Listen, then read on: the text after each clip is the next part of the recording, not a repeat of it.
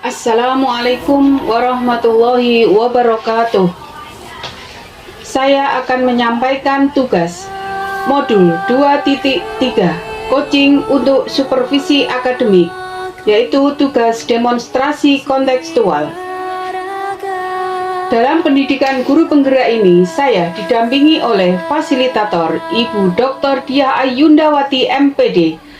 Saya sendiri calon guru penggerak Eka Yuliana SPD dan pengajar praktik Bapak Sutikno SPD SD. Dalam tugas demonstrasi kontekstual ini memiliki tujuan pembelajaran khusus. Calon guru penggerak dapat melakukan praktik coaching dengan calon guru penggerak lain untuk membantu mengembangkan area kompetensi coaching pada konteks pembelajaran atau keseharian calon guru penggerak. It's not just wonderful. Konsep coaching ada dua macam, yaitu 1. Konsep coaching secara umum dan konsep coaching dalam konteks pendidikan. Dalam konsep coaching secara umum, coaching didefinisikan sebagai sebuah proses kolaborasi yang berfokus pada solusi, berorientasi pada hasil dan sistematis, di mana coach memfasilitasi peningkatan atas performa kerja, pengalaman hidup, pembelajaran diri, dan pertumbuhan pribadi dari coachee. Grant 1999, sedangkan Whitmore 2003 mendefinisikan coaching sebagai kunci pembuka potensi seseorang untuk memaksimalkan kinerjanya. Coaching lebih kepada membantu seseorang untuk belajar daripada mengajarinya. Sejalan dengan pendapat para ahli tersebut, ICF mendefinisikan coaching sebagai bentuk kemitraan bersama klien atau coachee untuk memaksimalkan potensi pribadi dan profesional yang dimilikinya melalui proses yang menstimulasi dan mengeksplorasi pemikiran dan proses kreatif. Selain coaching, ada beberapa metode pengembangan diri yang lain yang bisa jadi sudah kita praktikkan selama ini di sekolah, yaitu mentoring, konseling, fasilitasi, dan training. Adapun untuk konsep coaching dalam konteks pendidikan adalah Ki Hajar Dewantara menekankan bahwa tujuan pendidikan itu menuntun tumbuhnya atau hidupnya kekuatan kodrat anak sehingga dapat memperbaiki lakunya. Oleh sebab itu, keterampilan coaching perlu dimiliki para pendidik untuk menuntun segala kekuatan kodrat potensi agar mencapai keselamatan dan kebahagiaan sebagai manusia maupun anggota masyarakat. Proses coaching sebagai komunikasi pembelajaran antara guru dan murid. Murid diberikan ruang kebebasan untuk menemukan kekuatan dirinya dan peran sebagai pamong dalam memberi tuntunan dan memberdayakan potensi yang ada agar murid tidak kehilangan arah dan menemukan kekuatan dirinya. Sistem Among ing ngarsa sung tulodo ing madya mangun karsa tutwuri handayani menjadi semangat yang menguatkan keterampilan komunikasi guru dan murid. Dengan menggunakan pendekatan coaching, tutwuri handayani menjadi kekuatan dalam pendekatan proses coaching dengan memberdayakan andayani atau handayani semua kekuatan diri pada murid. Sebagai seorang guru dengan semangat tutwuri handayani, maka perlulah kita menghayati dan memaknai cara berpikir atau paradigma berpikir Ki Hajar Dewantara sebelum melakukan pendampingan dengan pendekatan coaching sebagai salah satu pendekatan komunikasi dengan semangat among atau menuntun.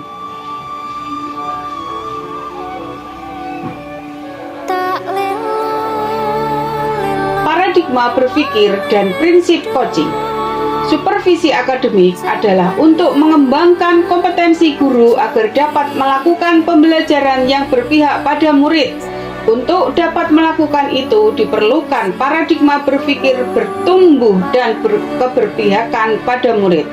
Apapun pendekatan yang digunakan untuk pengembangan kompetensi, kesemuanya diawali dengan berpikir paradigma yang memberdayakan.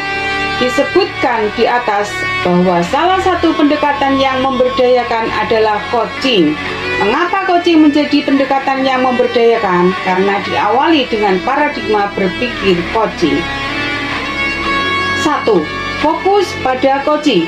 Paradigma berpikir yang pertama adalah fokus pada coaching atau rekan sejawat yang akan kita kembangkan. Pada saat kita mengembangkan kompetensi rekan sejawat kita memusatkan perhatian kita pada rekan yang kita kembangkan, bukan pada situasi yang dibawanya dalam percakapan. Fokus diletakkan pada topik apapun yang dibawa oleh rekan tersebut dapat membawa kemajuan pada mereka sesuai keinginan mereka. Yang kedua, bersikap terbuka dan ingin tahu. Paradigma berpikir yang kedua adalah bersifat terbuka dan ingin tahu. Kita perlu berpikiran terbuka terhadap pemikiran-pemikiran rekan sejawat yang kita kembangkan. Ciri-ciri dari sikap terbuka dan ingin tahu ini adalah: 1. Berusaha untuk tidak menghakimi, melabel, berasumsi, atau menganalisis pemikiran orang lain. Yang kedua, mampu menerima pemikiran orang lain dengan tenang dan tidak menjadi emosional. Yang ketiga, tetap menunjukkan rasa ingin tahu atau curiosity yang besar terhadap apa yang membuat orang lain memiliki pemikiran tertentu. Yang ketiga, memiliki kesadaran diri yang kuat.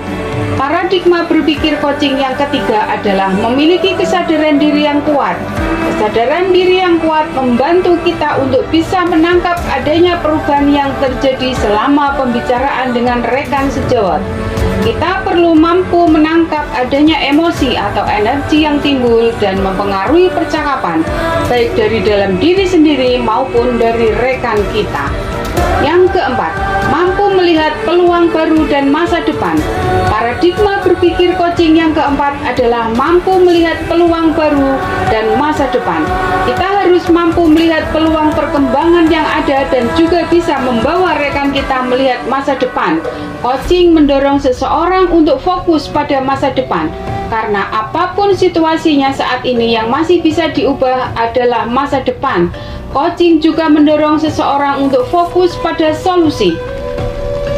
Coaching juga mendorong seseorang untuk fokus pada solusi, bukan pada masalah, karena pada saat kita berfokus pada solusi, kita menjadi lebih bersemangat dibandingkan jika kita berfokus pada masalah. Kompetensi inti coaching dan Tirta sebagai alur percakapan coaching. Kompetensi inti coaching: 1. Kehadiran penuh atau present. 2. Mendengarkan aktif. 3. Mengajukan pertanyaan berbobot. Mendengarkan dengan rasa.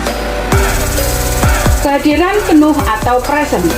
Kehadiran penuh atau present adalah kemampuan untuk bisa hadir utuh bagi coaching, atau di dalam coaching disebut sebagai coaching present, sehingga badan, pikiran, hati selaras saat sedang melakukan percakapan coaching.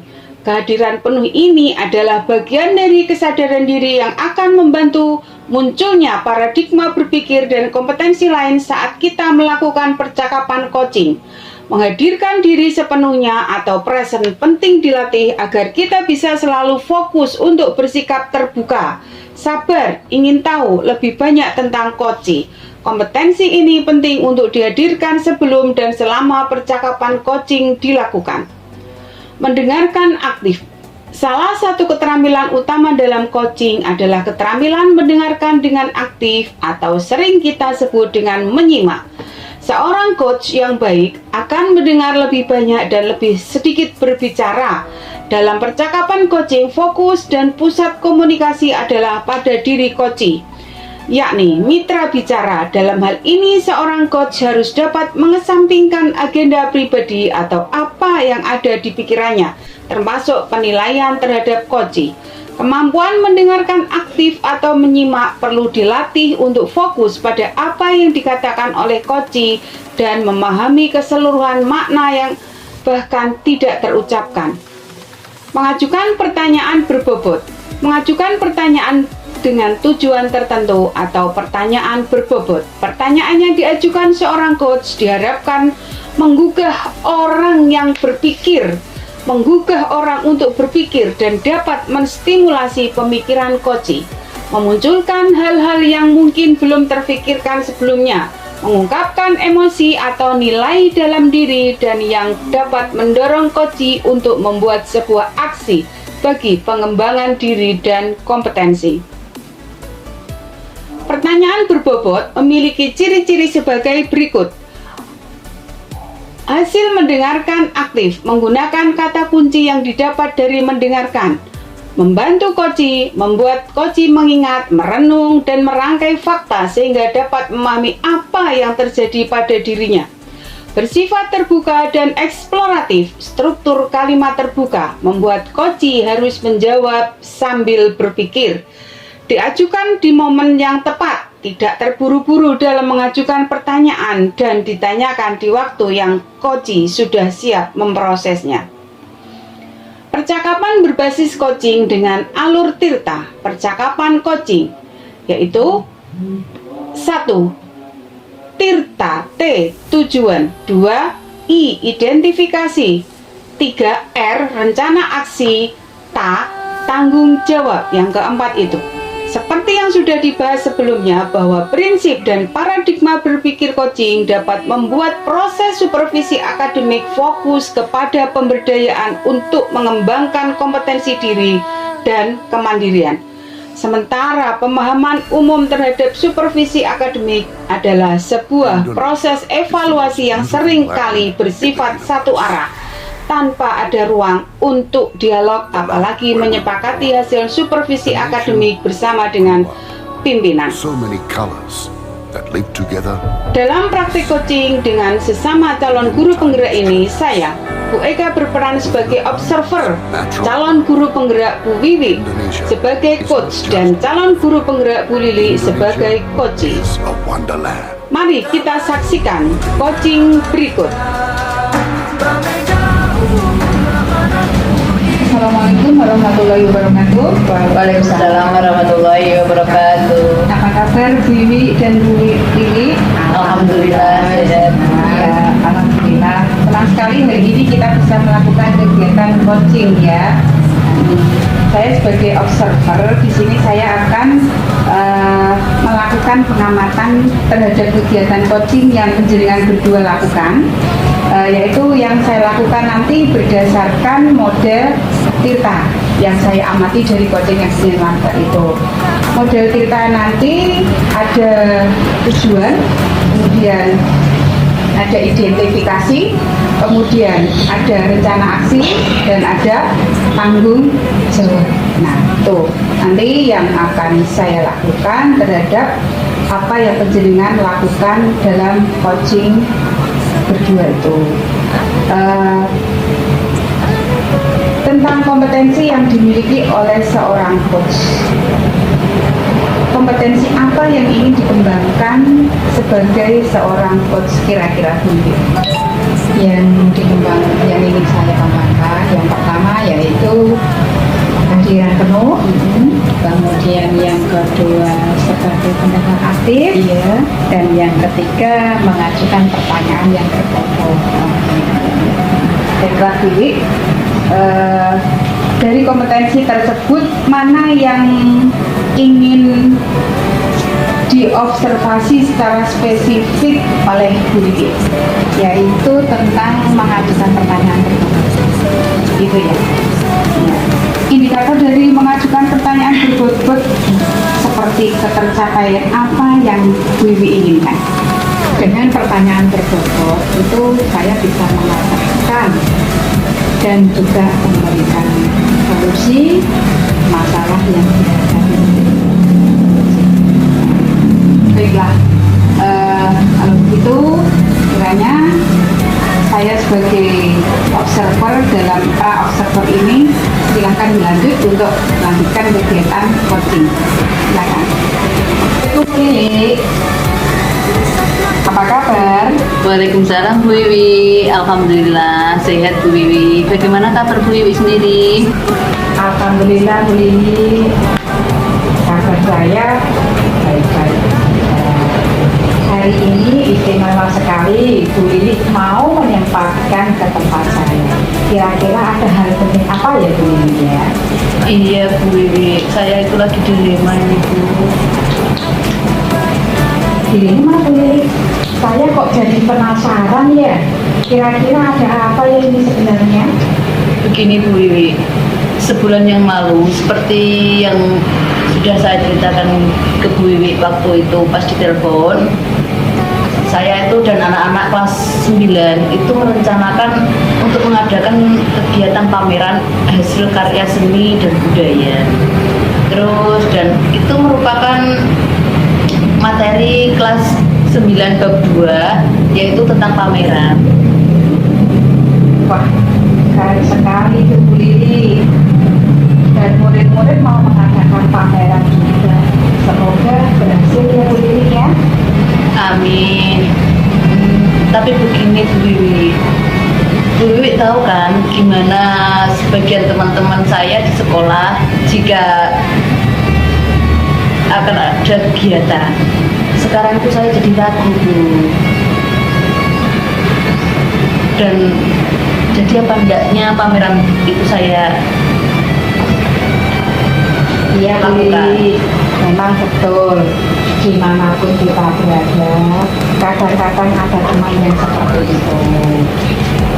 Memang ada masalah apa kok sampai sebegitunya? Padahal yang saya tahu Bu Lili kan orangnya gigih, terus semangatnya juga luar biasa, pantang menyerah. Dan pameran itu kan sudah Bu Lili rencanakan dengan anak-anak, bahkan sudah disetujui kepala sekolah. Betul sekali Bu Wiwi.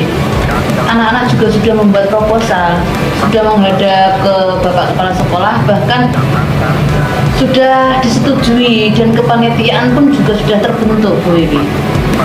Begitu ya Bu Lili. Sudah matang perencanaan, tapi ada apa sih sebenarnya Bu Lili? Jadi tidak bersemangat begitu. Iya betul Bu Wiwi. Saya itu jadi kurang semangat karena apa ya? Saya kasihan sama anak-anak. Juga kalau kegiatan ini tidak terlaksana Bu Wiwi. Tolong ceritakan sebenarnya ada masalah apa? Kalau boleh saya tahu. Perencanaan dan persiapan pameran kan sudah jalan Bu Wiwi sampai sekarang dan anak-anak antusias sekali sih. Tapi ada rekan guru itu rupa-rupanya kurang begitu mendukung. Bahkan pada saat rapat itu dia bilang buat apa ada kegiatan pameran, kayak mau ada event besar aja pakai pameran segala. Terus suka banget sih bikin ribet orang lain, katanya kayak gitu Bu. Lalu apa yang Bu Lili dan anak-anak harapkan sekarang? Jujur ya Bu Wiwi, saya dan anak-anak sebenarnya itu masih berharap pameran itu terlaksana. Sampai saat ini Bu Lili masih melakukan upaya agar pameran itu bisa terlaksana ya? Masih Bu Wiwi. Saya 3 hari yang lalu itu menghadap kepada kepala sekolah lagi, terus saya matur ke beliau bahwa dan saya minta arahan dari beliau bahwa itu agar pelaksanaan pameran bisa berjalan dengan baik dan agar dapat mendapatkan dukungan dari beliau, sehingga sebagian besar rekan guru juga mendukung saya Bu Wiwi dan anak-anak. Jadi itu juga merupakan motivasi buat saya dan anak-anak agar terlaksananya pameran tersebut Bu Wiwi. Terus bagaimana anak-anak setelah Bu Lili memberikan motivasi?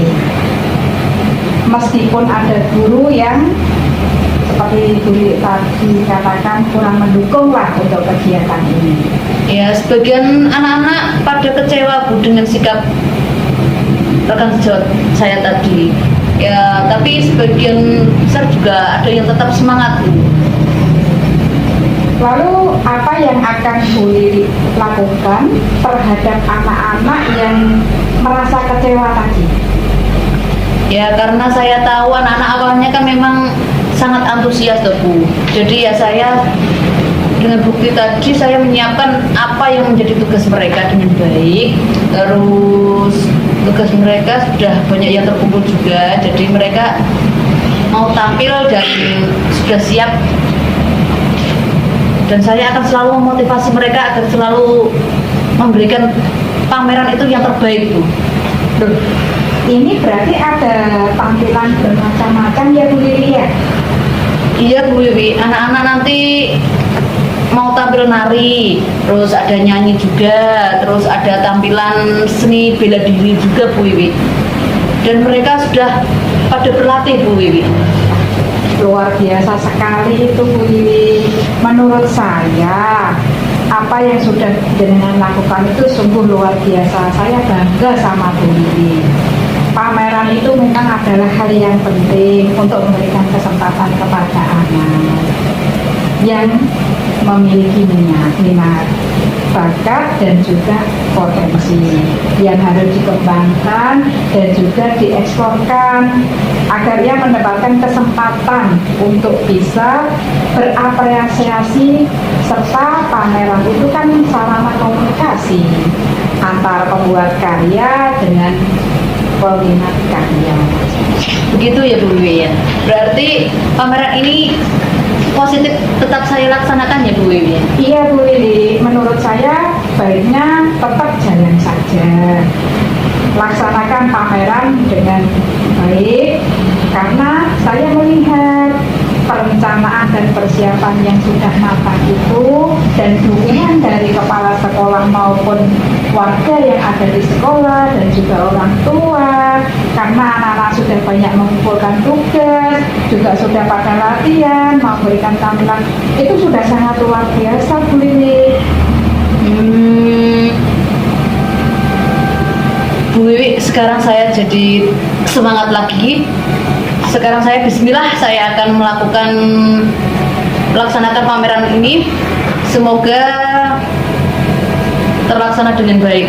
Mohon doanya dan supportnya dari Bu Wiwi agar terlaksananya pameran ini bersama anak-anak. Pasti saya doakan Bu Lili, semoga pamerannya nanti berjalan dengan lancar, berhasil, dan tentunya membawa manfaat serta menyenangkan untuk semua warga sekolah, baik itu kepala sekolah, gurunya, maupun anak-anak. Amin ya rabbal alamin. Terima kasih banyak Bu Wiwi atas waktunya. Terima kasih juga support yang sudah diberikan kepada saya. Saya mohon undur diri ya Bu Wiwi. Wassalamualaikum warahmatullahi wabarakatuh. Iya Bu Lili, terima kasih kembali, sama-sama. Waalaikumsalam warahmatullahi wabarakatuh. Nah, Bu Lili dan Bu Wiwi luar biasa tadi sudah melakukan coaching. Pada saat pasca coaching ini saya akan mengadakan pasca observasi ya, setelah saya mengadakan pengamatan yang jenengan lakukan coaching berdua tadi. Saya ingin menanyakan apa yang sudah dilakukan pada saat melakukan coaching yang menjadi indikator ketercapaian pengembangan yang diinginkan. Pertanyaan tadi, saya bisa memberikan solusi dari permasalahan yang kemudian akan memunculkan ide baru untuk mengembangkan di sekolahku. Iya, baik. Ya, Bu Lili, tadi kan sudah tahu bagaimana menjadi coach. Pertanyaan saya, kompetensi apa lagi yang dikembangkan oleh Bu Wiwi berdasarkan pengalaman coaching tadi? Saya ingin mengembangkan yakni yang kehadiran penuh dan juga sebagai pendengar hati di dalam coaching-coaching yang berikutnya. Baiklah, terima kasih Bu Wiwi dan Bu Lili sudah melakukan coaching hari ini, luar biasa. Saya kira cukup kegiatan kita hari ini. Terima kasih, semoga bermanfaat. Wassalamualaikum warahmatullahi wabarakatuh. Waalaikumsalam warahmatullahi wabarakatuh. Demikian coaching yang kami lakukan.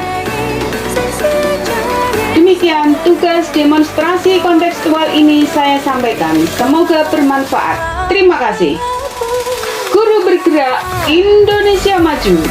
Assalamualaikum warahmatullahi wabarakatuh.